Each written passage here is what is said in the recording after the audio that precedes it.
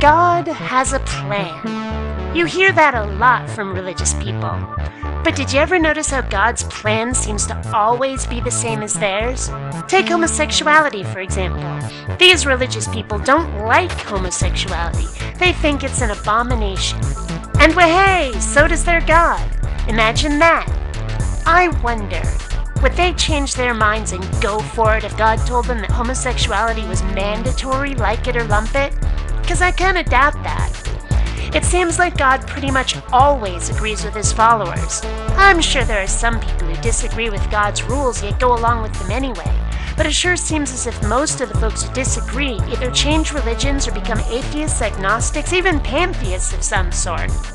For the most part, God's plan always seems to be in line with what his rabid followers would be doing anyway. Hating those who they don't like anyway. Condemning that which they don't like anyway. God's plan is always on their side. It's always exactly what they would have been doing without God around.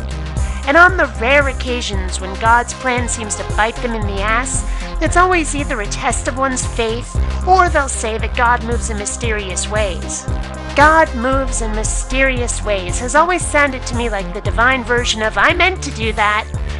The religious like to claim that God is just smarter than us, sees a larger picture, and so the horrible events which befall us are in some way necessary.